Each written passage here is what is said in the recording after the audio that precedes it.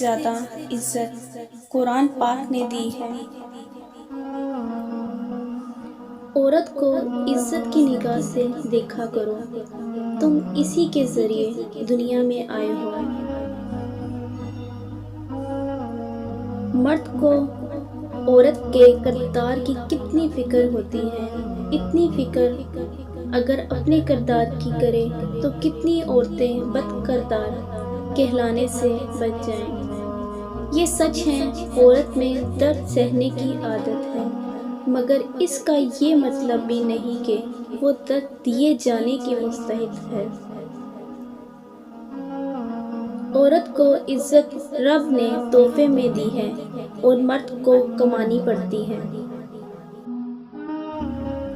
اگر کوئی شخص آپ کو قبول نہ کرے تو مایوس نہ ہو، کیونکہ لوگ ان چیزوں کو چھوڑ دیتے ہیں جن کی قیمت وہ ادا نہیں کر سکتے۔ محبت انسان کو ہو ہی جاتی ہے، لیکن محبت کی منزل سڑک، ہوٹل، پارک نہیں، بلکہ نکاح، عزت اور گھر کی چار دیواری ہے۔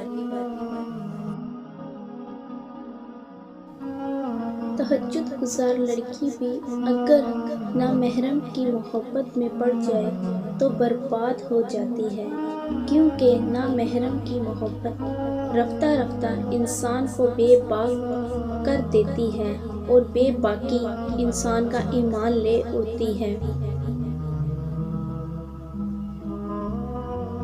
عورت ذات ایسی ہے کہ اگر اس کا دل تم پر آ جائے تو وہ جھونپڑی میں بھی گزارا کرے گی، اور اگر تم اس کے دل سے اتر گئے تو پھر چاہے اسے سونے سے بھی تول دو تو اسے حاصل نہیں کر سکتے۔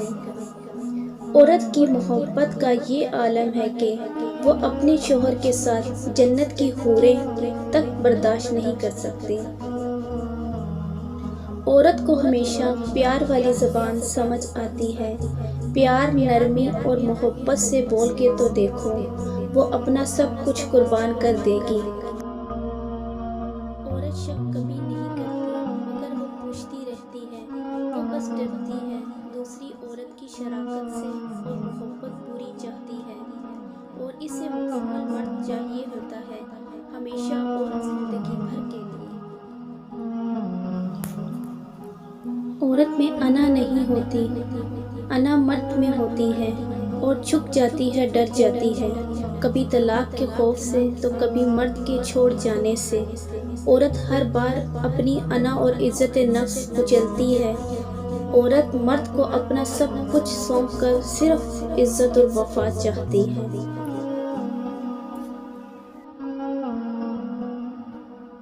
اگر بیوی ہے تو غلام ہے، اگر بیٹی ہے تو بوجھ ہے، اگر بہن ہے تو شک کا شکار ہے۔